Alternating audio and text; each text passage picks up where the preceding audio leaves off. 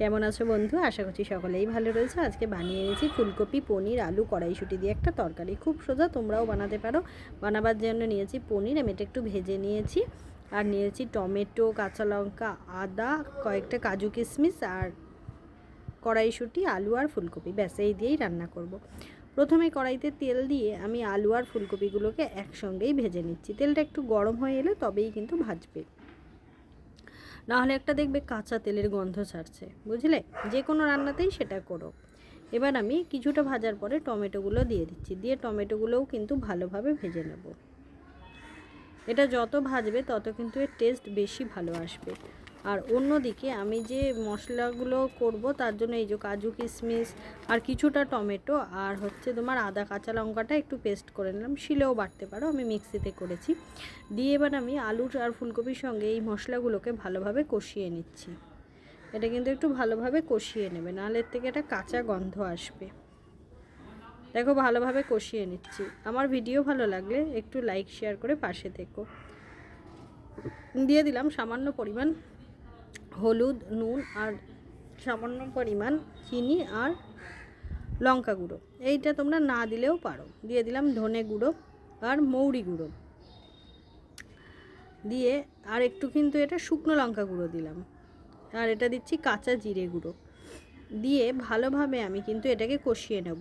যত কষাবে তত কিন্তু এর টেস্ট বেশি ভালো আসবে।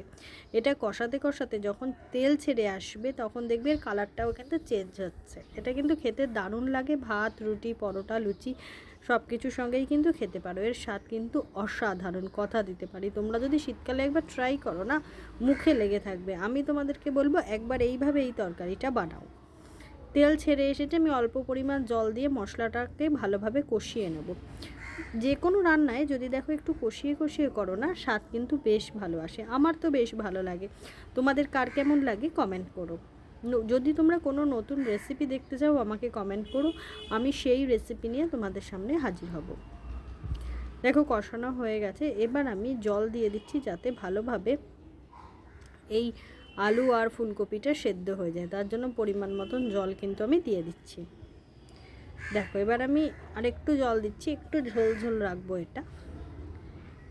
দেখো এটা তোমরা ডিনারেও বানাতে পারো, আবার লাঞ্চেও খেতে পারো, দারুণ লাগে। এটা তৈরি করতে কিন্তু বেশি তেলও লাগে না। ঢাকা দিয়ে দিলাম, দিয়ে আমি ভালোভাবে এটাকে কিন্তু সেদ্ধ করে নেব।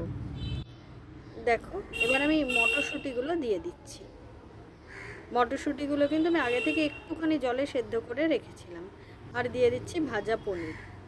ঘরে অল্প পনির থাকলে আমাদের টেনশন হয় না কী করব। এইভাবে যদি তোমরা একটুখানি আলু, ফুলকপি, পনির, মটরশুঁটির তরকারি করো, বাড়িতে কিন্তু 3 থেকে 4 জন ভালোভাবে খেতে পারবে। তাহলে দেরি না করে আজ কিন্তু ডিনারে এটা তৈরি করতেই পারো। তৈরি হয়ে গেল আমার আলু, ফুলকপি, পনির আর মটর দিয়ে তরকারি। এর স্বাদ কিন্তু অসাধারণ। নামাবার আগে আমি সামান্য পরিমাণ ঘি দিচ্ছি, এতে গন্ধটা ভালো আসে। তোমরা যদি মনে করো দেবে না তাহলেও ঠিক আছে। দেখো আমি একটু ঝোল ঝোল রেখেছি, তোমরা যদি মনে করো আর একটুখানি কষিয়ে নিতে পারো। এটা তোমরা কষা খাও, ঝোল খাও, টেস্ট কিন্তু দারুণ। দেখো কত সুন্দর কালারটা, দেখেছো কি ফাইন না? তাহলে দেরি না করে আজই তোমরা এইটাকে রাত্রে রান্না করে খেয়ে নাও, আর আমাকে কমেন্ট করে জানাও কেমন লাগলো তোমাদের। আবারও বলছি, আমার ভিডিও ভালো লাগলে লাইক শেয়ার করে পাশে থেকো। জয় মা তারা।